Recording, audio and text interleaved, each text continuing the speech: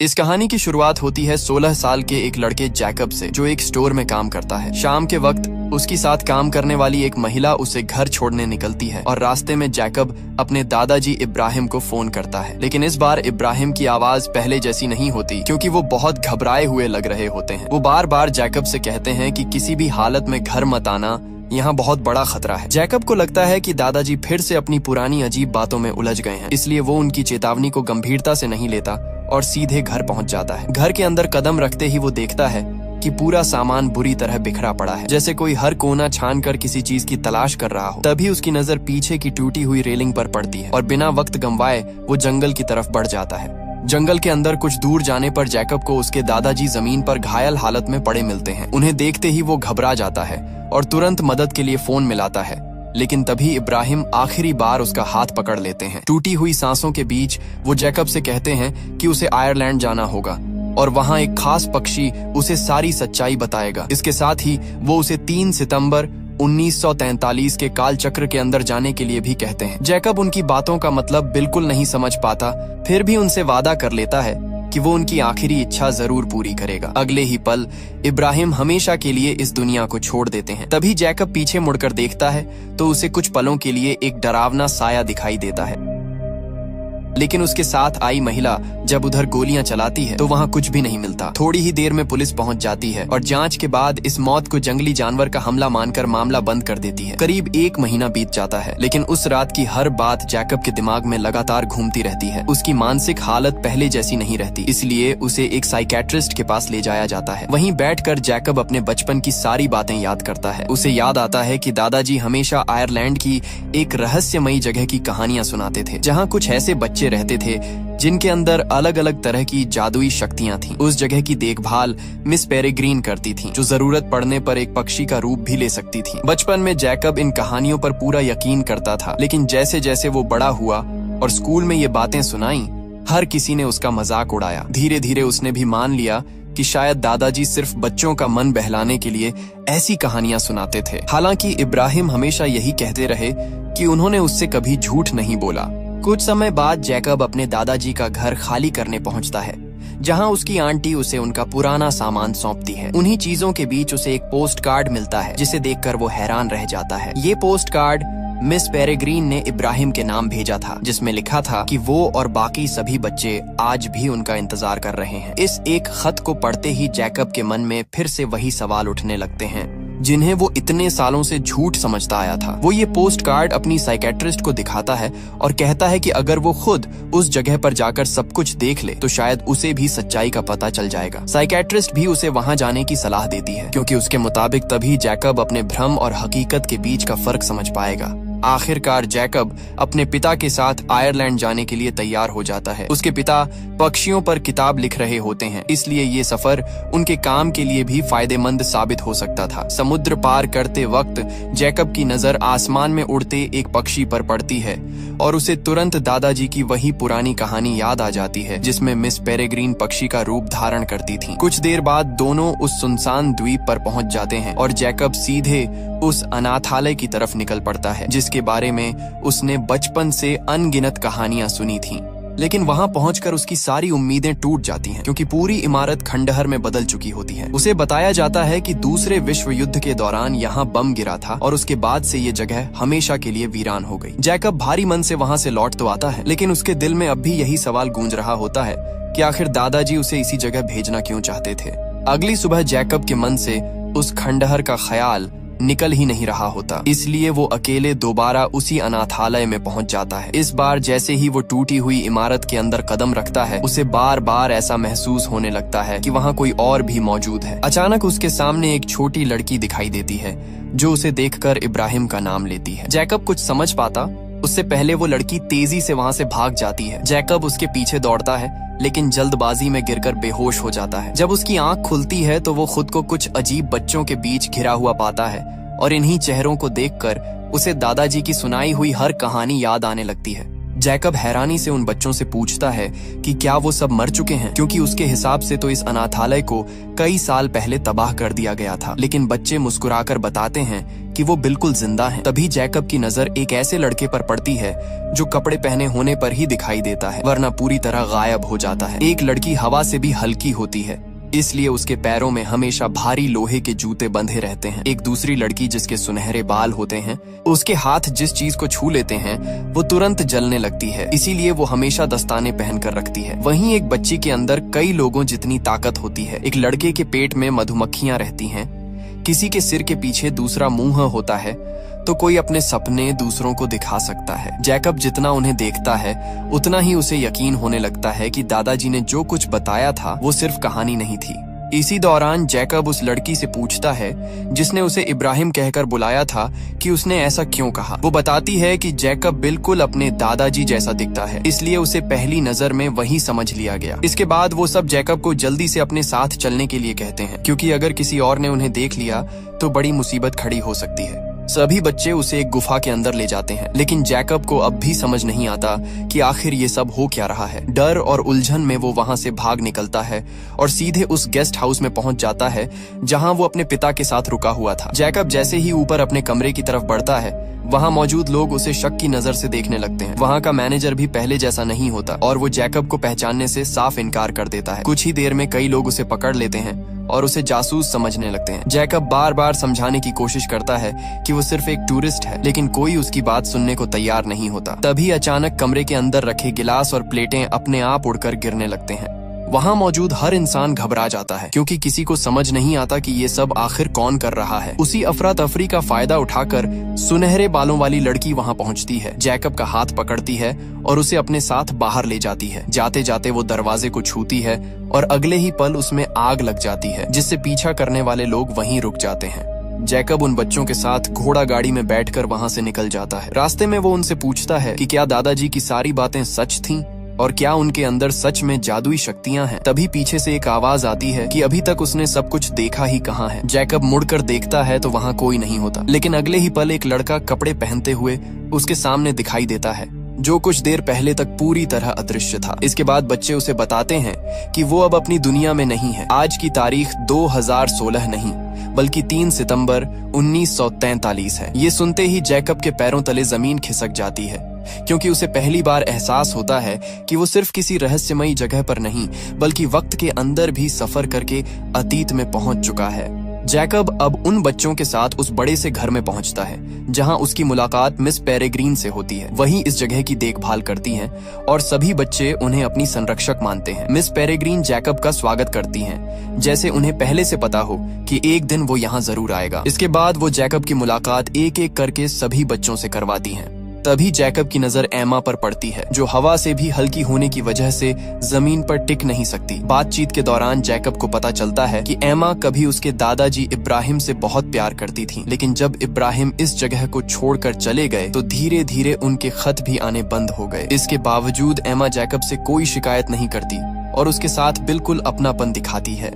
शाम होते ही सभी बच्चे एक साथ डिनर के लिए बैठते हैं। जैकब पहली बार उनके बीच बैठकर उनकी जिंदगी को करीब से देखता है। तभी उसकी मुलाकात इनॉक नाम के लड़के से होती है, जिसके अंदर मरे हुए जीवों को दोबारा जिंदा करने की शक्ति होती है। लेकिन इनॉक जैकब को बिल्कुल पसंद नहीं करता। उसकी नजर में इब्राहिम ने इस जगह को छोड़कर बहुत बड़ी गलती की थी, इसलिए वो नहीं चाहता कि अब उनका पोता भी यहाँ का हिस्सा बने। पूरे खाने के दौरान इनॉक का रवैया जैकब के लिए ठंडा ही रहता है, जबकि बाकी बच्चे धीरे धीरे उसके साथ खुलने लगते हैं। डिनर खत्म होने के बाद जैकब वापस अपनी दुनिया में लौटने की तैयारी करता है। तभी बच्चे उसे कहते हैं कि जाने से पहले उसे एक ऐसी चीज जरूर देखनी चाहिए जो इस पूरी जगह का सबसे बड़ा राज है। सभी बच्चे घर के बाहर इकट्ठा हो जाते हैं और अपने अपने चेहरे पर मास्क पहन लेते हैं। कुछ ही पल बाद आसमान में युद्ध के जहाज दिखाई देने लगते हैं, जो तेजी से उनकी तरफ बढ़ रहे होते हैं। जैकब कुछ समझ पाता उससे पहले एक जहाज उनके घर के ठीक ऊपर बम गिरा देता है, लेकिन जैसे ही बम घर से टकराने वाला होता है, मिस पेरेग्रीन अपनी खास घड़ी निकालती है और उसकी शक्ति का इस्तेमाल करती है। अगले ही पल समय पीछे लौट जाता है और पूरा दिन फिर से उसी सुबह से शुरू हो जाता है, जैसे कुछ हुआ ही नहीं था। अब मिस पेरेग्रीन जैकब को इस जगह का सबसे बड़ा रहस्य बताती हैं। वो समझाती हैं कि ये जगह एक काल चक्र के अंदर मौजूद है, जहां हर दिन सिर्फ 3 सितंबर 1943 ही रहता है। जैसे ही दिन खत्म होने वाला होता है, वो समय को दोबारा पीछे ले जाती हैं और वही दिन फिर से शुरू हो जाता है। इसी वजह से यहाँ रहने वाले किसी भी बच्चे की उम्र कभी नहीं बढ़ती। दूसरी तरफ असली दुनिया का समय लगातार आगे बढ़ता रहता है, इसलिए बाहर की दुनिया में कई दशक गुजर चुके हैं, लेकिन इस काल चक्र के अंदर रहने वाले सभी बच्चे अब भी उसी उम्र में हैं। जैकब को अब समझ आने लगता है कि दादाजी ने आखिर क्यों कहा था कि उसे इसी तारीख और इसी जगह पर आना होगा। कुछ देर बाद जैकब उसी गुफा के रास्ते वापस अपनी दुनिया यानी 2016 में लौट आता है। अपने कमरे में पहुंचकर वो खत निकालता है जिसे वो मिस पेरेग्रीन के घर से चुपके से ले आया था। ये खत उसके दादाजी ने मिस पेरेग्रीन के नाम लिखा था। खत पढ़ते ही जैकब के चेहरे का रंग बदल जाता है, क्योंकि उसमें लिखा होता है कि मिस्टर बैरन के लोग इंग्लैंड के एक दूसरे कालचक्र के आसपास दिखाई दिए हैं। इब्राहिम ने खत में साफ चेतावनी दी थी कि दुश्मन बहुत जल्द बाकी कालचक्रों तक भी पहुंच सकता है, इसलिए बच्चों को बचाने के लिए नया और सुरक्षित कालचक्र बनाना जरूरी है। यही खत जैकब को पहली बार यह एहसास कराता है कि उसके दादाजी जिस खतरे की बात करते थे वो अब पहले से कहीं ज्यादा करीब आ चुका है। अगले दिन जैकब वही खत लेकर दोबारा कालचक्र के अंदर पहुंच जाता है और सीधे मिस पेरेग्रीन से मिलने जाता है। वो उन्हें बताता है कि उसके दादाजी की मौत किसी जंगली जानवर की वजह से नहीं हुई, बल्कि किसी ने उनका पीछा किया था। जैकब ये भी कहता है कि अगर इब्राहिम का उन खतरनाक लोगों से कोई रिश्ता था तो उसे पूरी सच्चाई जाननी होगी।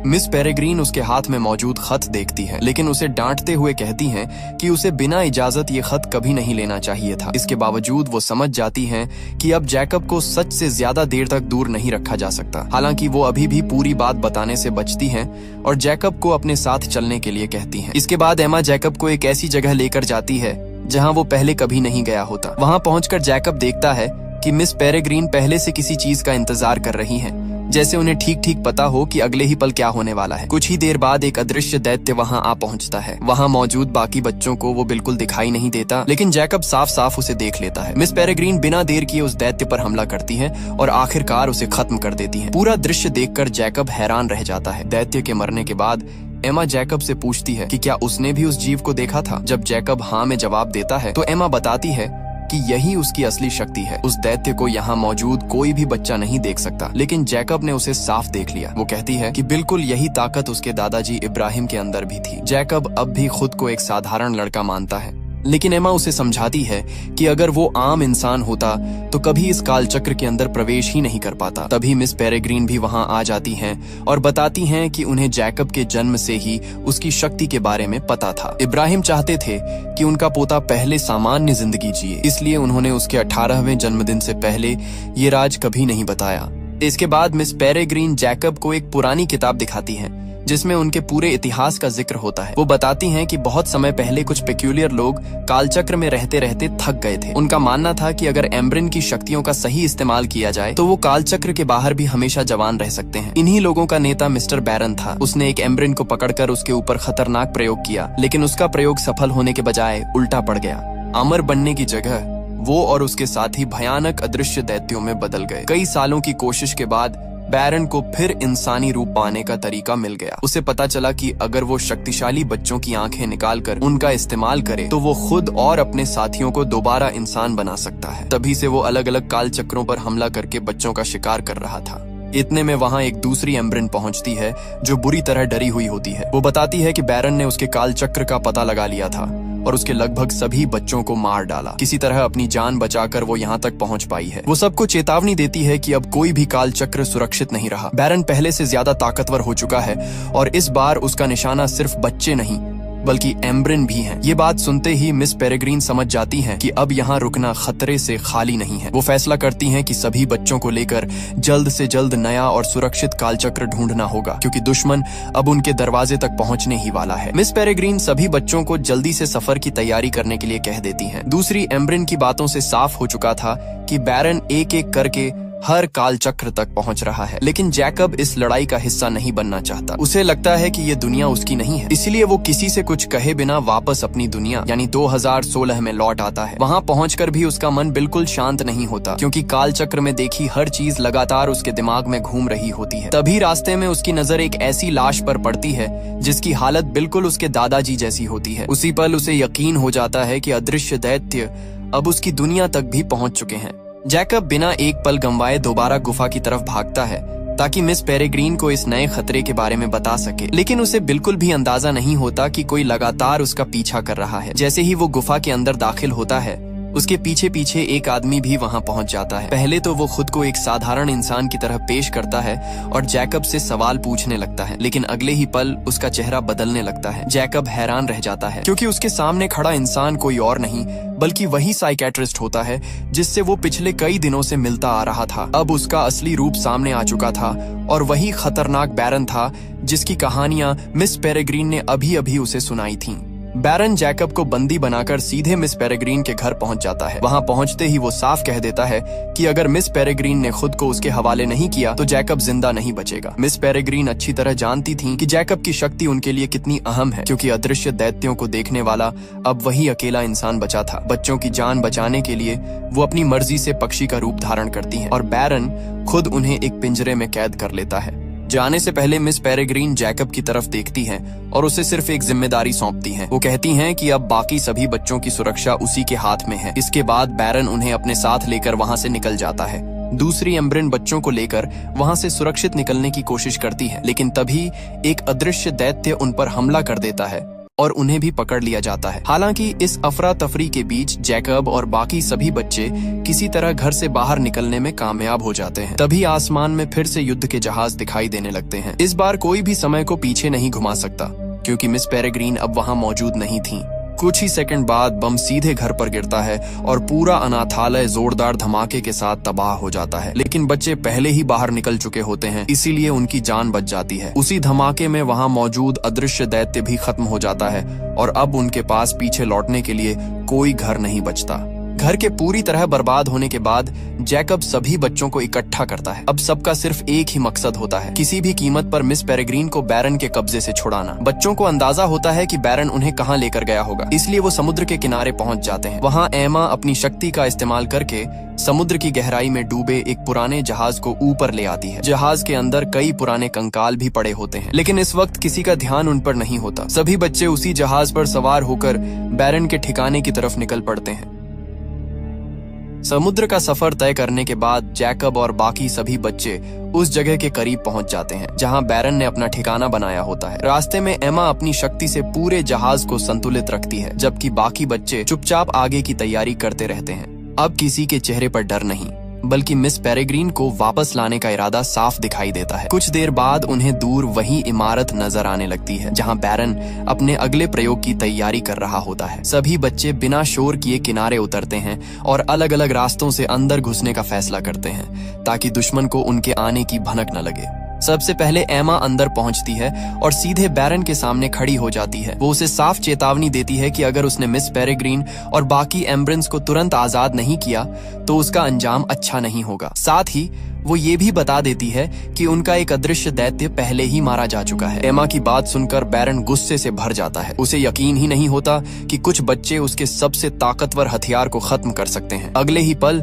वो अपने बाकी साथियों और अदृश्य दैत्यों को उन बच्चों के पीछे भेज देता है ताकि कोई भी वहां से जिंदा वापस न जा सके। इधर जैकब अपनी शक्ति की मदद से हर उस अदृश्य दैत्य की जगह पहचान लेता है जिन्हें बाकी बच्चे नहीं देख सकते। वो लगातार अपने साथियों को उनकी दिशा बताता रहता है जिससे सबको हमला करने का मौका मिल जाता है। तभी इनॉक अपनी सबसे खास शक्ति का इस्तेमाल करता है। वो डूबे हुए जहाज के अंदर पड़े सभी कंकालों को दोबारा जिंदा कर देता है। अगले ही पल पूरा जहाज चलते फिरते कंकालों से भर जाता है और वो सीधे अदृश्य दैत्यों पर टूट पड़ते हैं। बच्चों की चाल कामयाब हो जाती है क्योंकि लड़ाई के दौरान दैत्यों पर ऐसा पदार्थ लग जाता है कि अब वो सभी को साफ दिखाई देने लगते हैं। इसके बाद कंकाल और बच्चे मिलकर एक एक करके उन दैत्यों का अंत करना शुरू कर देते हैं। बाहर भयानक लड़ाई चल रही होती है, जबकि उसी दौरान जैकब और कुछ बच्चे अंदर की तरफ बढ़ते रहते हैं। उनका असली मकसद मिस पेरेग्रीन और बाकी एम्ब्रेंस तक पहुंचना होता है। रास्ते में बैरन के कई साथी उन्हें रोकने की कोशिश करते हैं, लेकिन हर बच्चा अपनी अपनी शक्ति का इस्तेमाल करके उनका सामना करता है। कोई अपनी ताकत से दुश्मनों को दूर फेंक देता है, कोई आग से रास्ता साफ करता है तो कोई हवा की मदद से अपने साथियों को बचाता है। कुछ ही देर में बैरन के कई आदमी हार मानने पर मजबूर हो जाते हैं और बच्चों का रास्ता खुल जाता है। आखिरकार जैकब उस कमरे तक पहुंच जाता है जहां मिस पेरेग्रीन और बाकी एम्ब्रेंस कैद होती हैं। वो तेजी से उन्हें आजाद करने की कोशिश करता है, लेकिन तभी बैरन भी वहां पहुंच जाता है। उसी समय बाहर लड़ाई खत्म करके बाकी बच्चे भी अंदर आ जाते हैं। जैसे ही सबकी नजर सामने खड़े जैकब पर पड़ती है, वो हैरान रह जाते हैं क्योंकि वहाँ एक नहीं बल्कि 2 जैकब खड़े होते हैं। किसी को समझ नहीं आता कि असली जैकब कौन है और बैरन ने किसका रूप धारण किया है। इसी उलझन के साथ लड़ाई का सबसे खतरनाक मुकाबला शुरू होने वाला होता है। उसी वक्त जैकब को अचानक अपनी तरफ बढ़ता हुआ एक अदृश्य दैत्य दिखाई देता है। बाकी किसी बच्चे को वो जीव नजर नहीं आ रहा होता, लेकिन जैकब तुरंत समझ जाता है कि यही उसकी सबसे बड़ी ताकत साबित हो सकती है। वो जोर से चिल्लाकर कहता है कि अब असली और नकली का फैसला खुद हो जाएगा। बैरन उसके इशारे का मतलब समझ ही नहीं पाता, क्योंकि उसे उस दैत्य का कोई एहसास नहीं होता। अगले ही पल अदृश्य दैत्य सीधे बैरन की तरफ झपटता है। चूंकि उसने जैकब का रूप धारण किया हुआ होता है, इसलिए दैत्य उसे ही असली जैकब समझ लेता है और उसी पर हमला कर देता है। भयानक हमला होते ही बैरन अपना भेष संभाल नहीं पाता और उसका असली चेहरा सबके सामने आ जाता है। दैत्य उसकी आंखें निकाल लेता है और बैरन वहीं बुरी तरह घायल होकर गिर पड़ता है। अब सभी बच्चों को साफ दिखाई दे जाता है कि असली जैकब कौन था। इसी बीच जैकब बिना देर किए उस दैत्य पर टूट पड़ता है। इस बार उसे अकेले लड़ने की जरूरत नहीं पड़ती, क्योंकि उसके बाकी साथी भी तुरंत उसकी मदद के लिए पहुंच जाते हैं। मिलकर वो उस आखिरी अदृश्य दैत्य का भी हमेशा के लिए अंत कर देते हैं। बैरन की मौत के साथ ही उसका पूरा खेल खत्म हो जाता है और उसके बचे हुए साथी भी एक एक करके हार जाते हैं। लड़ाई खत्म होने के बाद जैकब सबसे पहले मिस पेरेग्रीन और बाकी एम्ब्रेंस की तरफ बढ़ता है। अब वो पूरी तरह सुरक्षित होती हैं और बच्चों को देखकर राहत की सांस लेती हैं। सभी बच्चे एक दूसरे को देखकर खुश होते हैं, क्योंकि इतने बड़े खतरे के बाद भी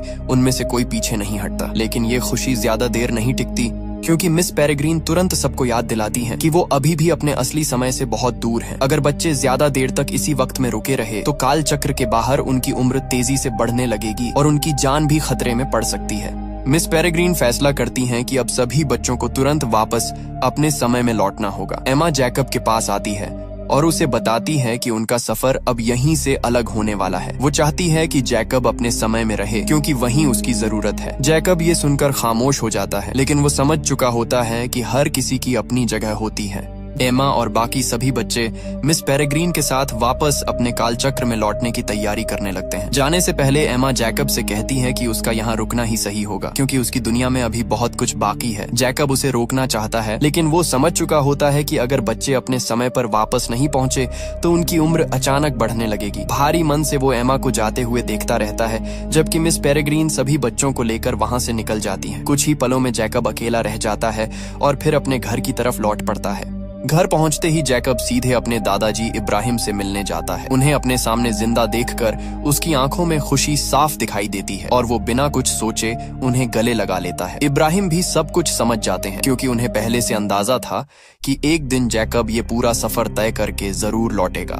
जैकब चाहता है कि अब सब कुछ पहले जैसा हो जाए, लेकिन इब्राहिम उसे बताते हैं कि उसकी मंजिल अभी खत्म नहीं हुई। वो कहते हैं कि जिस इंसान का इंतजार उसे करना चाहिए वो कोई और नहीं बल्कि एमा है और उसे वापस उसी के पास जाना होगा। इसके बाद इब्राहिम अपने पास रखा एक पुराना नक्शा जैकब को देते हैं। इस नक्शे में दुनिया भर के अलग अलग काल चक्रों का पूरा रास्ता बना होता है। वो बताते हैं कि अब सीधा उस काल चक्र में पहुंचना मुमकिन नहीं जहां से एमा गई है, क्योंकि वो रास्ता हमेशा के लिए बदल चुका है। अगर जैकब सच में उससे दोबारा मिलना चाहता है तो उसे कई अलग अलग काल चक्रों से गुजरना होगा। हर काल चक्र उसे एक नए समय तक पहुंचाएगा और आखिर में वो उसी साल तक पहुंच सकेगा जहां से एमा का सफर दोबारा शुरू होगा। जैकब बिना कोई सवाल किए ये नक्शा अपने पास रख लेता है।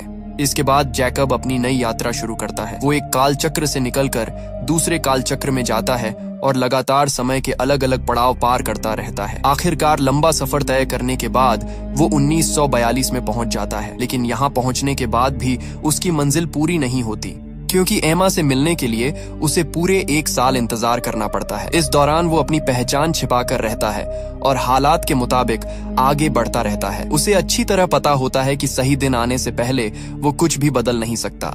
आखिर वो दिन भी आ जाता है जब 3 सितंबर 1943 को वही जहाज वहां से गुजरने वाला होता है जिस पर एमा और बाकी बच्चे सफर कर रहे होते हैं। जैकब पहले से वहां उनका इंतजार कर रहा होता है। जैसे ही एमा जहाज से उतरती है उसकी नजर सीधे जैकब पर पड़ती है। दोनों बिना कुछ कहे एक दूसरे की तरफ दौड़ते हैं और गले लगा लेते हैं। इतने लंबे सफर, कई काल चक्रों और अनगिनत मुश्किलों के बाद आखिरकार दोनों फिर से एक साथ होते हैं। इसी पल के साथ उनकी नई शुरुआत होती है और यहीं पर इस कहानी का सफर भी पूरा हो जाता है।